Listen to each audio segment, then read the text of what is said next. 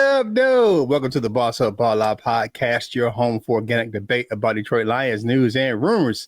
It's your man, Professor Kurt Steele. Well, that was painful to watch. On today's show, we look at how the Lions awful showing. We recapped the game yesterday, man. It was just bad. We are on our way to 3,000 subscribers, and currently sit at 2,990. So we're only 10 away, man. So let's go ahead and hit that subscribe button if you haven't done so already. Shout out to our channel members, man. It's another way for us to grow the content on this channel. We got T-Bone Locks, Sean Bird, Lauren Vander Esch, Brent DeWitt, Miss Mary Smith, John Martin, and Kukayam. So, hey, man, welcome channel members, man. You guys get, some special emojis doing the live chats or the premieres. And you get a special discount at the merch shop. All that good stuff, man, happens with that membership. Costs you a little bit of money, $2.99, and you get some members-only content as well. So make sure you check that out in the homepage of our YouTube channel or in the description of the video. Now it's time to bring in my co-host for today's show. We are not very happy this morning, of course, with the way that game looked this morning. Yesterday. Of course, man, we got the hardest working man down there in Jackson, Michigan, man. He cooking food, coaching kids, all that good stuff, man. He writes your rhyme, and right now he want to run everyone a fade. It's the Wolverine Lion who? Coach Mike Jones. What's going on, Lion fans? Man, it's your auntie's favorite Detroit Lions content creator, man. Y'all see him up there. The chocolate teddy bear from Yaktown, man. LL Cool Toys. What's going on, my dude? What's up, yo? Happy Monday morning. All right, man. If you're new to our channel and you don't know how our show works, we look at Detroit Lions news, headlines, or takes. If we agree, we say that our boss up with that big blade dance. If we disagree, we say it is balled on. And we give our reasons why we agree or disagree. No hot takes here, just natural debate and our true thoughts and opinions about what's going on with our favorite team, the Detroit Lions. All right, this is kind of hop into it, man. This is an overall recap of yesterday's game, man. It just looked like the team wasn't together. It just looked horrible. From the start to the finish, it was just like they weren't on the same page. Like on either side of the ball, like it just looked unorganized. And Coach, you had a good point, man. And then there's some Lions content creators that have said this in prior seasons, and you made a good point this morning, man, off camera. So go ahead. What was your point about why you thought some of the reasons why things went off the rails yesterday? Yeah. So, man. I'm gonna put the blame on Dan Campbell because not on Johnny Moe, not on Kelvin Shepard, but on Dan Campbell. And this is because when you have new coordinators, new interior offensive line, you got a few new pieces on defense, you have to play in preseason. You can get away with those simulated scrimmage practices when you have Ben Johnson, Aaron Glenn, who have been with the team, and you don't have a whole new interior offensive line. All you had was Kevin Zeitler. You know what I'm saying? So you had the familiarity there. You had the defensive familiarity. So you can get away with those scrimmage practices. But yesterday, they didn't know what the hell they was doing. You could tell the interior offensive line and Johnny Moe did not know what the hell they was doing. And it was evident. And, and Calvin Shepard, sorry I said Calvin Benjamin, that's the receiver. But Calvin Shepard, I'm going to call him out a little bit too in my segment, but he didn't get the wrinkles worked out, and you can't simulate that, man. You just can't. We run scrimmages all the time. Like we have three-way scrimmages with schools all over, but the game is different. Yeah. What you got, LL? Just your overall post-game recap, Much of the same, man. They just, we haven't looked like this in a first game in quite some time, and it looked like that. And a lot to which Coach Mike just said. It's just a lot of new stuff, and a lot of stuff look new. Offensive linemen going completely opposite directions, all that kind of stuff. But I was asking why I didn't get to watch as much of it as I wanted to. I usually would watch some of the other post game shows, just to hear the press conferences and stuff like that. But the one that I did hear was Dan Campbell, and a lot of the things, look very bad. But he said a lot of the bad stuff is easily corrected, and that's kind of what I was thinking. Because I know you said that it may be due to lack of actual playing time together. And that's what we spoke about that last week, but with the offensive line having enough time to gel, and obviously I was wrong. But with that, my only question is like, in that when that would just go offensive line audible. So rather y'all, taking live shots or whatever, that's just all on, everybody recognizing what the call is or recognize what the protection is, and that's just mix ups and that kind of thing. So. Yeah, it was bad all over the place. Hopefully this is the worst game that we'll see all year, kind of thing. Hopefully my mic ain't been going crazy because the cat got it. Yeah, this, it wasn't a good game. And the Packers actually played a pretty good game. So, I shouldn't even say it because they didn't, I don't know. No, But they didn't. Not They numbers didn't. wise. they didn't play a bad game. We played the worst game. But that's the good thing was it wasn't necessarily things like tackling. We tackled good all game, that kind of stuff. But yeah, just a lot to clean up. A lot of bad stuff on tape, and I feel like they already know that because a lot of that is, I feel like what a lot of everybody is going to say is what Dan Campbell has already answered. Like, yeah, we know it was bad. We gonna get it corrected, which is what a coach would probably say in this scenario. Yeah, I mean, overall, I think Dan Campbell's right. I think a lot of stuff is correctable. I just think that you just gotta get in there and get in the film room. It was just like crazy mistakes, like seeing the offensive line, man. But we'll get into that when we get into the segments, man. But hey, man, like the video, share the video, comment on the video, man. If you haven't done so already, please subscribe to the channel. Definitely, man. Hit that Boss Up Ball Out merch shop, man. You can check out the link in the description of the video, man. If you put in the code Boss Up Ball Out pod, I believe that you can get 10% off an item when you Boss Up Ball Out 10 at the checkout. You get 10% off one item. You spend $45, or if you are a channel member, you're gonna get that 15% off your total order, man. So go check out the link in the description for that. And channel members, your link is in the community tab. So go check that thing out. All right. So LL, you up first, man. What happened or what the hell didn't happen on offense, man? Because it was terrible.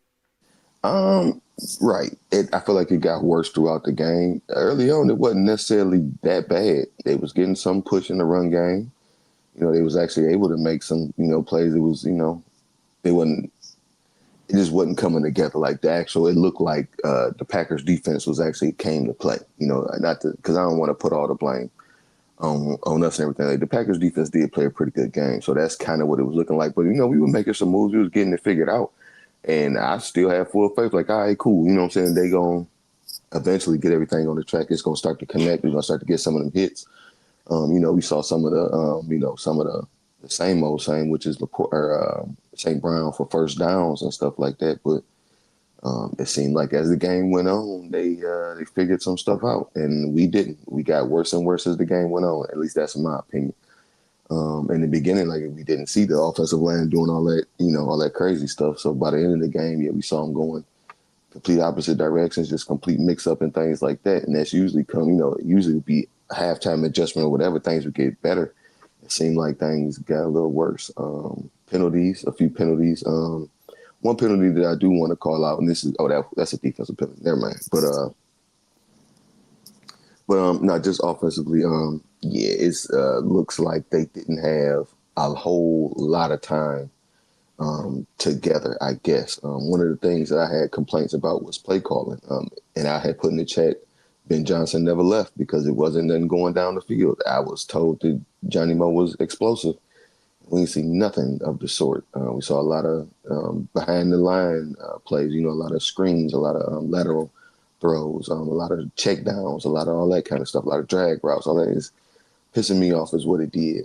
No explosion at all, and it made it easier for the defense to defend. And it looked like it. We didn't do much. We didn't do none of the sort. So I already know. Well, hopefully that's not going to cause too much commotion and start calling people, calling the name out Ben Johnson and stuff like that. Because Ben Johnson could have called a game just like this. So I don't really want to hear that. But no, yeah, it's the offense just look completely disheveled at points. Jared Goff ended up starting to get hit, and you know how that goes. That doesn't usually improve things. It usually makes things worse, and that's exactly what it did. We also had a turnover from y'all's friend, Coach Mike, so eloquently jumped in front of the bullet to say, "Oh, it was because Penei Sewell beat Micah Parsons." Yeah, I saw it. It wasn't. I'm thinking the way you saying it, it's like one of them almost he coming uncovered. Yeah, he didn't need to do. The interception wasn't a necessary cause out of that, but I guess it was the cause from it. So, but yeah, just mistakes all over the place and not very no cohesion. It just looked like a to accentuate Coach Mike's point. It looked like a good first week preseason game. Is how our offense looked. Like it just didn't look together. Like it was all playing on the string, everybody being together. It didn't look like that at all. Bright points though. Like I said, we did see St. Brown get some first downs. We get to see that big body Cybertruck catch that touchdown. And as they started even talking about that, like the Ben Johnson effect, I guess, like however many straight games with a touchdown and all this many yards, all this many this and all this many that. At least they scored a touchdown at the end of the game. I truly don't care about this part, but at least they scored a touchdown at the end of the game to continue that however many games consecutive with a touchdown type thing. But we said about, and here's another part. We said about the offensive line struggles with it looks like communication or whatever it was.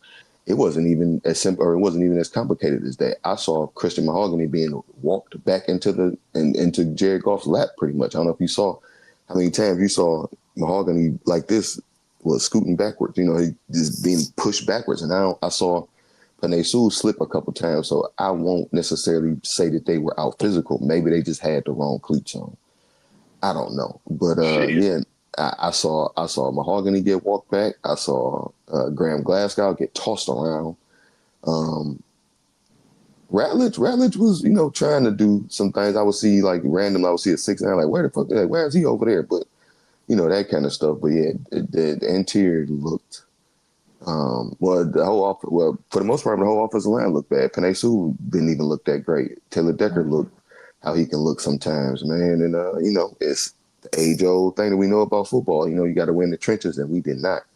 And our offensive line looked terrible. I had faith in Hank Fraley, like the whole time, or Frank Haley, right? That's his name. What's his name? Haley or what's his name? Hank Fraley. Hank Fraley. I had it right the first time. So Hank Fraley. I had faith, all of the changes. We still got Hank Fraley. The offensive line is going to be the thing that holds us together. And I was wrong. I was wrong about a lot of stuff. So as we just saw all of that, it seemed, I won't put it on everybody, but a lot of the things that I was saying, we'll be okay, did not go as planned. So what do you guys, do you have anything to add to that? What do you guys think about that? Yeah. I have to say, I get to give you a boss up on that, man. I just think that the offensive line was the main reason, man. And I don't think that John Morton called a bad game. I mean, you can't take explosive shots if you don't have time to throw the ball down the field. I'm just saying. And those two young guards, man, seem to be overwhelmed and confused at time, man. Sewell allows some quarterback pressures, man. I think Hank Fraley will get these guys together, man. I just think that one of those things, man, that they'll get it together. I think that Graham Glasgow, he got to calm those players down, man. And one thing that the Lions would do, and it's kind of a nugget that we didn't really see because we haven't had it, because the one thing that I would say that we didn't have Skipper yesterday. And what does Skipper do, right? So when we want to control it, when we want to slow the game down, we want to run the ball. What do? We bring Skipper in and put him in that line, and we just run the ball.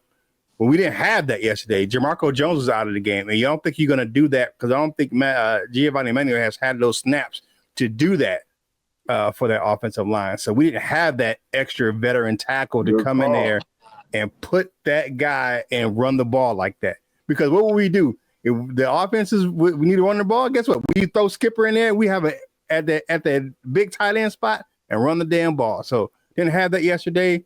So I don't know. Skipper's dealing with an injury because of the fact that I know that practice squad players don't go on the injury report. He didn't practice all week. The Skipper wasn't out there, so that's why he wasn't elevated on Friday or Saturday or whatever it was.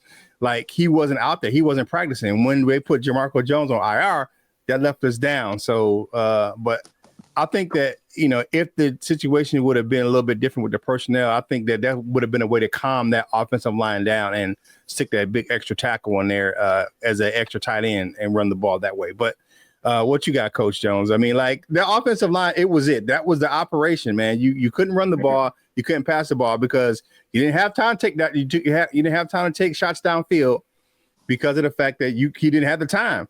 And when you don't have the time to take the shots downfield, you can't be explosive if you just, 3-4 seconds and the ball got to be out. So what you got, Coach Jones? So I'm gonna say this, and you can tell Kurt was so disgusted because Kurt said I give it a boss up, but he ain't boss up. That's how you know Kurt mad as hell. You know what? Man, you know what? Jared Goff was dinking and dunking all day long, 5.8 yards per pass average. He was 31 and 39 for 225 yards, one touchdown, one interception. And the interception, he was rushed. Like he was rushed off the spot. He had to roll out and run. As soon as he rolled out, somebody else was coming, so he had to hurt him throw it. And because that was a good play too by that safety. That was a hell of a. He made a good play, so I can't take away from the play by the safety. But we all know we don't like Jared Goff trying to throw on the run. We do know that's not his game at all. Not his ministry. No, but you know what? The thing that's just awful and disgusting to me was 22 carries for 46 yards. Like, like that's disgusting. Like that's inexcusable. The passing game, you know what? It could be this. You got to work that out and all that. The run game, 46 yards. Okay, I'll say 45 yards because Jared Goff lost one because he got sacked. So 21 rushes for 45 yards. That's all you need to know. And the thing is everybody looked bad. Like the whole offensive line looked bad. Penei Sewell didn't look good because in that interception from Jared Goff, Micah Parsons shook the hell out of Penei Sewell. Man, it just that interior offensive line. You know what? Now we can push the panic button. I'm not gonna push the panic button, but it's like, damn. How much can you fix in a week? You know what I'm saying? Because we start the season with back-to-back divisional games. So all eyes going to be on tonight. Bears and Vikings. Don't act like you ain't going to watch it. You're going to watch it. Because you got to see who the hell we playing next week. And if Ben Johnson really, if they really got that going, or do they not? But we have to get that run game going. That's the bread and butter of the offense. 21 carries for 45 yards is not going to cut it. And that interior offensive line, guards handle the run game, tackles handle the pass game. I know it's not as cut and dry as that, but that's the way it's set up for years and years and years. So Mahogany, Ratledge, Glasgow, y'all gotta get y'all shit together. For real. Because y'all don't have no time to waste. Because we got like the third or fourth hardest schedule in the whole NFL this year. And we got back-to-back road games to start the season. Y'all better get y'all shit together. Yeah, definitely, man. Hey, like the video, share the video, comment on the video. I think it's helping us get this content out to more Detroit Lions fans just like yourself. Hey, man, the Boss Up All Out podcast is brought to you by W Energy Drink, man. Brain boosting amino acids, man, and no sugar. So, of course, that's going to be good, man. Go ahead and check out the link in the description of the video, man, or it's at the ticker, Boss Up All Out Pod, to get yourself 10% off your order, man. Power that day with W. All right, man. Defensive side of the ball, man. I think we all noticed that the defense left some plays on the field. What you got, Coach Jones, on what the Yeah, defense they did? left some plays on the field. They had penalties, untimely penalties. I know LL want to hit on that, so I'm just gonna say untimely penalties. But you know what? I will say this: all in all, the defense didn't play that horrible of a game. Jordan Love, 16 to 22 for 188 yards. That's not all that bad. You know what I'm saying? They had 25 carries for 78 yards. That's not, that's not all that great. It's still 3 yards, 3.1 yards of rush, which 3 first down. But Josh Jacobs was 19 carries for 66 yards. That wasn't a burner of a day. It was just the critical plays when you need it is where the Lions lacked. It was the critical plays when you need it to happen. They didn't make it. They didn't make it happen. And the pass rush just, oh man, pass rush. You know what? And then I will give a little blame to Calvin Shepard too, because there's a few times where Aiden Hutchinson dropping back in coverage like a linebacker. Marcus Davenport dropping back in coverage like a linebacker.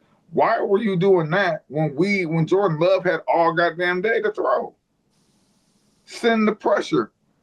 Like you being too cute, right? You being way too cute with your calls and oh yeah, I'm gonna drop him back in it. Like let your horses do what they do. Right? You send Aiden Hutchinson and Marcus Davenport both off the edge. Maybe you send a blitz, you know what I'm saying, with it. You know what I'm saying? Create the pressure, because we didn't generate no pressure yesterday at all. The defense was pretty solid in the run game. I will say that Talik and Reader that's a force in the middle. So when the Liam come back, man, that's gonna be nasty little force in the middle stopping the run.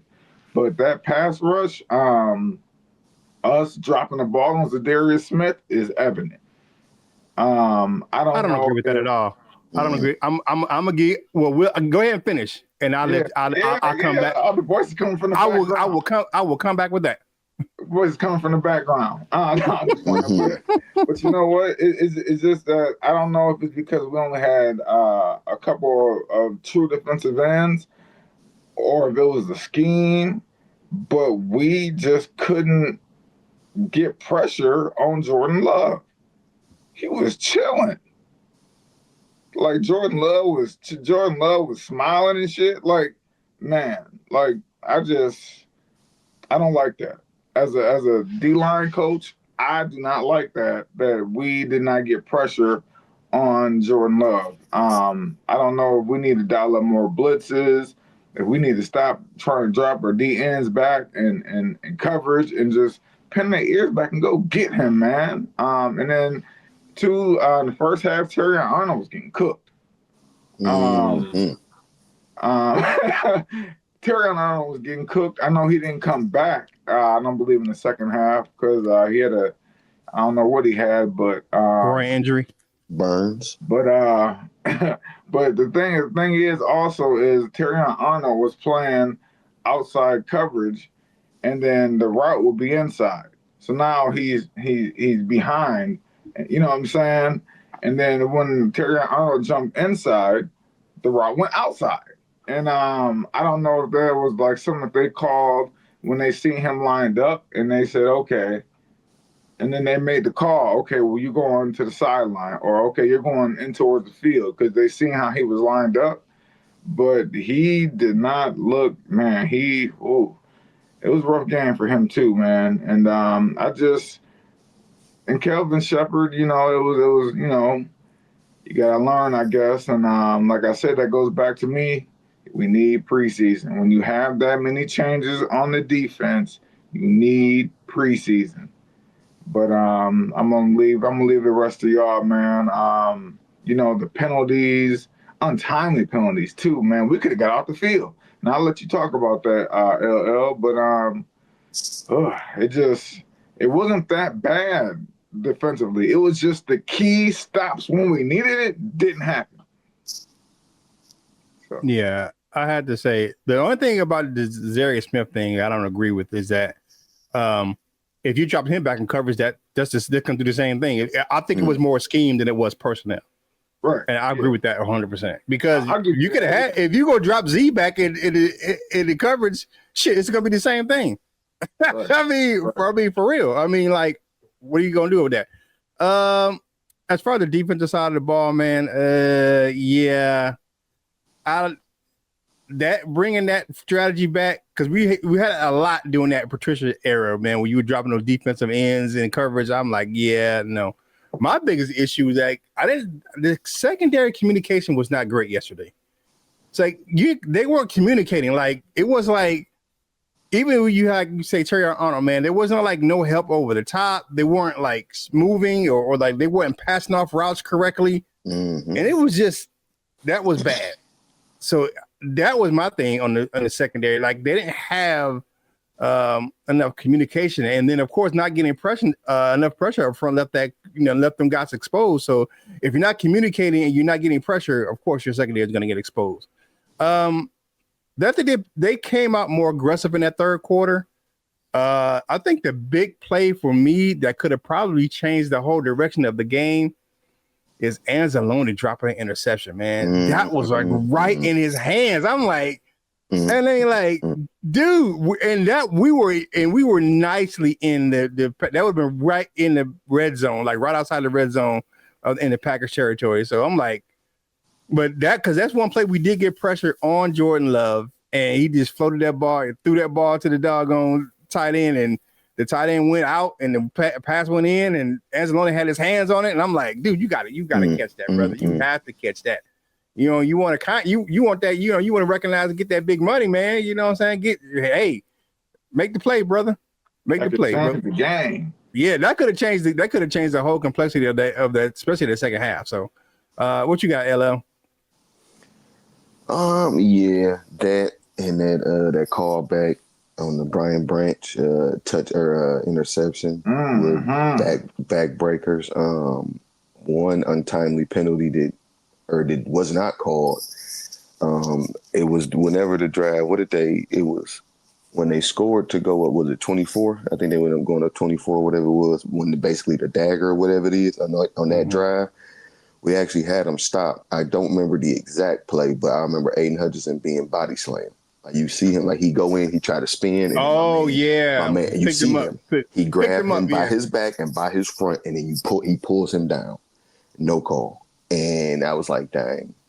So, that on one penalty ain't going resolve that entire game, but that definitely would have stopped that drive, at least. But stuff like that, and I kind of want to. I've said this before on days like when we went to Baltimore and got our ass kicked. It was T-Sizzle Day, like we lose on Barry Sanders Day, that kind of stuff. Like I think we won on Megatron Day, but we lose on we have issues with those days. So it wasn't a day yesterday. I don't think besides like Micah Parsons Day, and maybe that's what it was. But just overall or something, I don't know. But defensively. Yeah, like you said, we didn't necessarily look the worst, but it wasn't the best. And I feel like overall defensively, if we had got to stop on that particular drive that I'm talking about, where they don't go up, what was the score? Was it like 17-3 or 17-6, whatever it was, when they ended up going up to 24? 17-6, I believe is what it was. If we stopped them there, I feel like at least we still maybe lose the game, but our defense, we're going to speak about them a little bit differently because that was the one that pretty much iced the game. After that, they started, Josh Jacobs was no longer getting stopped right at the line of scrimmage. He started to actually make some leeway, it seemed, that kind of, it was, their offensive line started to get a little bit more push and stuff like that. So that kind of, for lack of a better term, broke our backs. That's how I saw it. It seemed like that's when we really couldn't get a stop. Like we really wasn't able to get a get a stop when we needed it. That was happening throughout the game, but after that, for sure, it was just like well. So I do believe that next week or whenever the rest of the season will be better. I'm going to say this about the whole game. Hopefully, this is our worst game of the season. But yeah, Shep, yeah, man, I don't know what the fuck, what he doing. You can't, and that's like, just look at it. I mean, I get it. Like sometimes you drop them out in the flat and all that kind of stuff. I don't like that either. But one thing that I used to like from coaches like Bill Belichick was, he just as simple as it can be. You want the players to go forward. And that's just how I look. I've repeated that 100 times on this show. Like, just let those kind of players go forward. Maybe they stopped letting them go forward because they wasn't getting much push. Like, Marcus Davenport was not pushing anybody around. And Hutchinson was not scaring anybody, wasn't getting very much pressure. Like, it wasn't nothing what I thought it was going to be. The double team all game. I thought we'd see Derek Barnes more in the backfield. Did not happen. Now, like Coach Mike said, the interior defensive line looked pretty decent. Or our run defense, I won't just give it to them, but our run defense looked pretty decent. So hats off there. But everything else, man, yeah, and that's a good point to point out, Kurt. No communication, because on that one touchdown where Terrion got picked off, like that's usually like somebody. You'll see somebody. Something. But that's usually like the symbol, like whatever it is. But nobody, he just got picked. But this is a question that I asked. I don't know if I heard it like this before, but what's the strategy with that? Like, if you see it like that, do you run into the offender to cause a penalty, or what's the how do you beat that outside of communication and passing it off, or being slippery enough to get around it? But like otherwise, how do you beat that, Coach Mike? You don't. You just either pass it off, or you tell that guy to take an angle. You know what I'm saying? Like when you get picked, you gotta take the inside angle. You can't take the outside angle. You take the outside angle, now you give them the option whether they want to run an option route, they can break it off. Yeah. If you take the inside route, they have to go outside. You know what I'm saying? Like so it limits what they can do. But I usually pass that off. Yeah, it's usually a pass off, and usually I would have liked to have seen Kirby or Branch, you know what I'm saying, on that back end. Kirby Joseph. On the deep shots, it was communication was just off yesterday in the secondary, man. Hey, like the video and subscribe to the channel, hit the notification bell so you know we getting that fresh content right here on the Boss Up All Out podcast, your home for organic debate about Detroit Lions news and rumors. All right, man, time for the balled on players of the game, man. And I usually have a different segment. It's usually the bossed up and balled out players of the game. But honestly, fair enough. Yeah, I just can't do it, man. Kurt's feelings is hurt. Man, overall, the team didn't do well enough for me to name a player who bossed up yesterday because they didn't. He decided to ball. I'll give audible mentions, man. I was tested with that sick TD, man. He get honorable mention. And I think Derek Barnes, he flashed that we hit a tackle for loss, man. He was a big reason why the Lions kept the Packers scoreless in that third quarter. So those are my honorable mentions. Because Derek Barnes had a TFL yesterday as well. So, I give Derek Barnes. He flashed a little bit. I would like to see more Derek Barnes playing more aggressively at the line as that Sam linebacker. Balled on players of the game, man, of course, man, has to be the offensive line. They did not block well in any aspect of the game. In interior or exterior, man, it was just bad. They couldn't run the ball. They couldn't pass the ball. Balled on defense, man. Calvin Shepard's hybrid zone. Having defensive ends dropping the coverage is never a good idea, man. The Lions have enough good corners to play, man. I just think like I said, I just think they have to communicate better on that back end.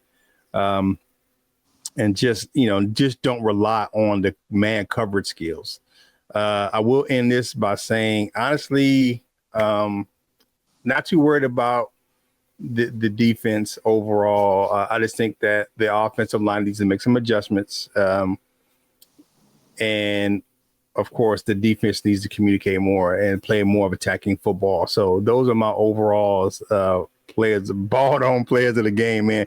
I couldn't even give a bossed up. I couldn't do it, man. I couldn't in good conscience say this player was bossed up and was killing it out there because, damn it, they weren't. I mean, absolutely not.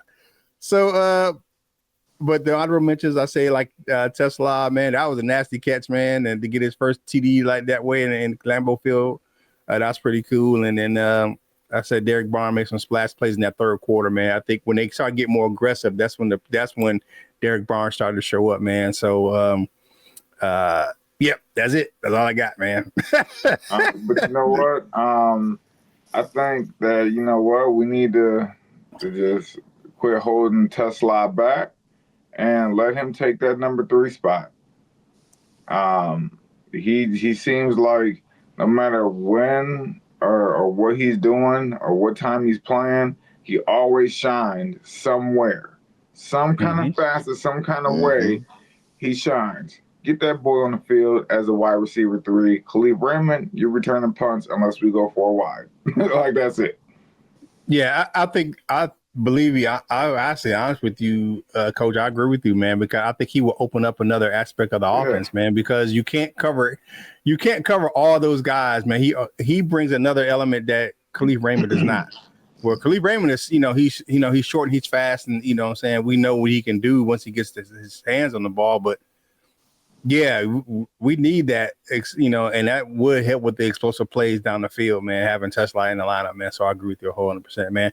All right, man, if you haven't done so already, man, make sure you follow the crew on your favorite social media platforms, man. Coach Jones does a great job over there on Wolverine Sports Talk, but he does some great job dropping some shorts right here on this channel, man. And he got the big boxing playlist show coming up, man, for the Canelo and Bud Crawford fight, man. Of course, I post content from this channel, all of my social media platforms, and you know how LL gets down over his Instagram page. If you don't know, go check it out, man. Make sure you take a bottle of water with you in a towel. All right, man. Time for parting shots for today's show, man. Coach Jones, what you got for these people on this melancholy Monday, man? Because this is sour. Yeah, man. I just want to say we need to stop all this. Not playing in preseason. It's evident you need preseason. Now maybe veteran coaching staffs that have been together, veteran players and stuff like that can get away with it. But for the most part, we need preseason. We need preseason to get the wrinkles out, to get the calls out. And it was evident because we ran a real vanilla type of game on offense and defense because we couldn't get exotic with the play calling. So we basically went in there with basic ass game plans and we basically got run out the building. So preseason. Take it serious, get involved because it's needed. Go get involved. I'm gonna knock your ass out too. All right.